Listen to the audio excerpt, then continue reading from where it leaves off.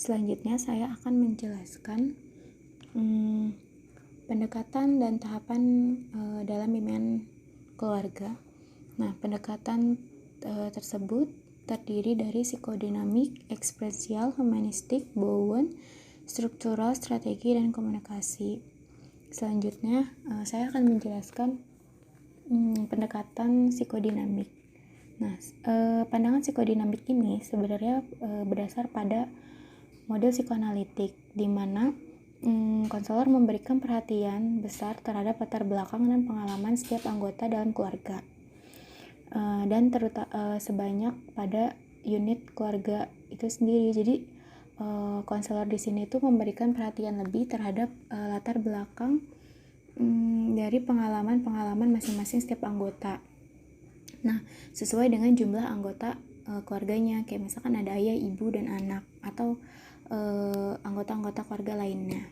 Nah, beberapa konselor sendiri dalam bimbingan keluarga ini memandang ketidakberfungsian keluarga akibat atau dikarenakan hilangnya peran yang saling melengkapi di antara para anggota. Jadi hilangnya peran antar kayak setiap anggota keluarga itu, seperti hilangnya peran sosok ayah atau sosok ibu atau sosok kakak, seperti itu. Nah, kenapa? Akibat dari konflik yang tetap dan tidak terselesaikan, dan akibat korban yang merugikan. Di sini ketidakberfungsian dalam keluarga itu terjadi karena adanya konflik yang tidak terselesaikan atau adanya anggota keluarga yang merasa dirugikan. Nah, pendekatan ini menggunakan cara dan strategi psikoterapi individual dalam situasi keluarga. Nah, dengan mendorong munculnya cara pandang tentang diri sendiri dan anggota keluarga, dan membantu keluarga dalam pertukaran emosi. Nah, artinya di sini tuh jadi dalam pendekatan psikodinamik ini, setiap anggota itu berfungsi atau harus memiliki strategi di mana satu sama lain itu saling mendorong cara pandang masing-masing, tetapi saling bertukar emosi gitu. Selanjutnya yang kedua adalah ekspresial atau humanistik. Nah, pendekatan ini itu digunakan untuk membantu memudahkan keluarga tersebut berkembang dan memenuhi potensi-potensi individunya. Nah, pendekatan humanistik ini juga lebih menekankan pada pendekatan yang memberikan pengalaman-pengalaman dalam meningkatkan perkembangan, seperti melalui interaksi antara konselor dan keluarganya. Jadi di sini dibangun adanya interaksi baik dari konselor maupun keluarganya, keluarga yang di dalam konselingnya itu.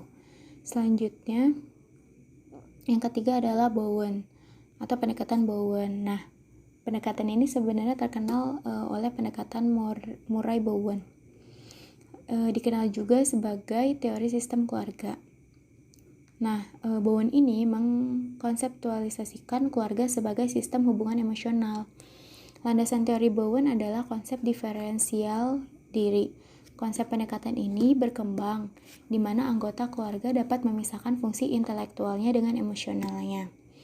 Nah, dalam pendekatan ini, di mana setiap anggota keluarga itu bisa memisahkan antara pemikiran logisnya dengan perasaannya gitu, karena dalam keluarga sendiri kan ada perasaan hubungan perasaan antar anak atau antar ayah gitu, yang berdasarkan pada hubungan darah gitu.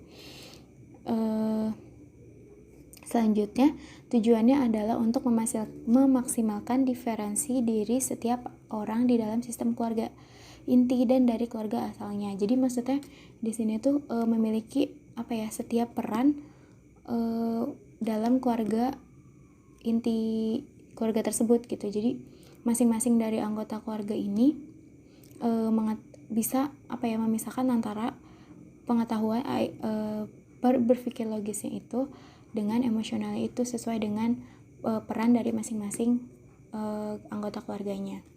Selanjutnya ada struktural pendekatan. atau pendekatan struktural. Nah, dalam bimbingan keluarga sendiri, pendekatan ini dikaitkan dengan salah satu tokoh, yaitu Salvador Munachin. Pendekatan ini juga dilandasi oleh sistem teori keluarga yang memfokuskan pada kegiatan keseluruhan yang terorganisasi dari unit keluarga dan cara-cara di mana keluarga mengatur dirinya sendiri melalui pola-pola transaksional di antara mereka. Secara khusus, sistem keluarga batas-batas atau kondisi-kondisi yang dalam upaya memahami struktur keluarga. Tidak berfungsinya struktur menunjukkan bahwa aturan-aturan yang tidak berjalan atau membutuhkan negosiasi kembali aturan-aturan. Nah, struktural ini tuh maksudnya gini, dalam keluarga kan pasti ada aturan-aturan yang dibuat oleh anggota keluarga. Dalam hal ini adalah biasanya dibuat oleh orang tua atau kepala keluarga, ayah dan ibu. Nah, jika pola aturannya itu atau komitmen atau transaksi atau negosiasi antara misalkan ibu dan ayah atau anak dan orang tua itu tidak memenuhi menunjukkan aturan-aturan yang tidak berjalan dengan baik, maka aturan-aturan tersebut perlu dinegosiasi atau perlu didiskusikan kembali dalam keluarga gitu. Nah, tujuannya apa? Tujuan dari pendekatan ini itu menyusun kembali aturan-aturan atau transaksi keluarga dengan mengembangkan batas-batas di antara sistem dan memperkuat aturan hierarki keluarga. Artinya, jika aturan itu dirasa tidak berfungsi dengan baik, itu tidak berjalan dengan baik, maka tujuannya adalah memperbaiki, menyusun kembali aturan-aturan yang ada gitu, dengan tujuan agar bisa berjalan dengan baik. Nah, tentunya tanpa meninggalkan aturan hierarki keluarga. Kayak misalnya hierarki keluarga itu kepala keluarga adalah ayah, terus bawahnya adalah ibu, kemudian kakak dan adik, seperti itu. Selanjutnya adalah strategi dan komunikasi. Nah, teori-teori komunikasi ini muncul dari penelitian lembaga penelitian mental. Teori komunikasi ini mempunyai pengaruh yang besar terhadap bimbingan keluarga dengan menyusun kembali masalah-masalah manusia sebagai masalah interaksi dan sifatnya situasional. Nah, menurut J. Hay dan Cloudness, keluarga bermasalah akibat dinamika dan orang keluarganya dapat berubah dengan cepat. Nah, artinya di sini tuh pendekatan strategi komunikasi itu sangat penting dilakukan dalam keluarga dan pengaruhnya sangat besar. Di sini tujuan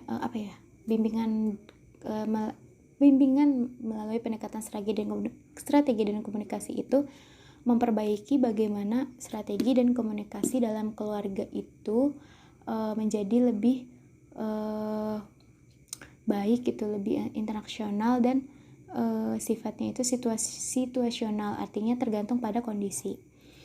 Terus tujuan dari pendekatan ini itu untuk mengatasi problem-problem masa sekarang, mencari solusi-solusi yang membawa perubahan menemukan target tujuan perilaku dan menimbulkan insight.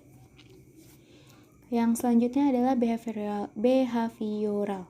Pendekatan ini mengambil prinsip-prinsip belajar manusia dan menekankan lingkungan, situasi-situasi, faktor sosial dan perilaku.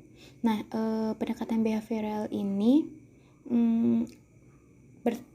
berprinsip pada atau mengambil konsep pada sifat belajar pada manusia, artinya menekankan pada perubahan terhadap perilaku setiap anggota keluarga. Misalkan ada permasalahan ada permasalahan yang dimana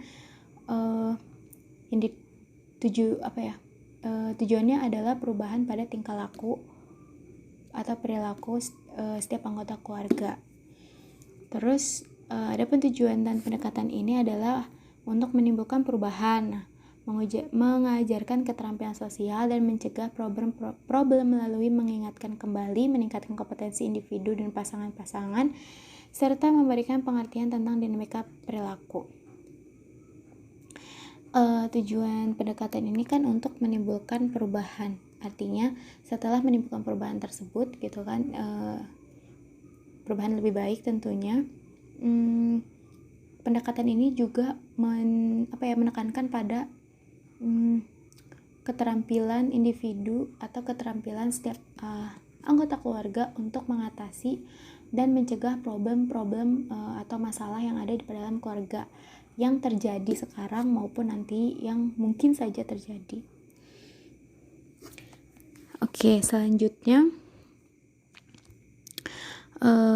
saya akan menjelaskan tahapan dari bimbingan dan konseling keluarga. Terdapat 3 tahapan. Yang pertama adalah tahapan persiapan. Dalam tahapan persiapan ini, konselor dapat mengembangkan hubungan yang baik dengan konseli atau good rapport dengan antara konselor maupun konseli, dalam hal ini keluarga ya. Terus mengembangkan penghargaan emosional terhadap hubungan dalam keluarga, dinamika dan permasalahannya. Jadi tahapan persiapan ini pada dasarnya adalah berfokus pada mengembangkan hubungan baik antara konselor dan konseli, dalam hal ini setiap anggota keluarga gitu, sehingga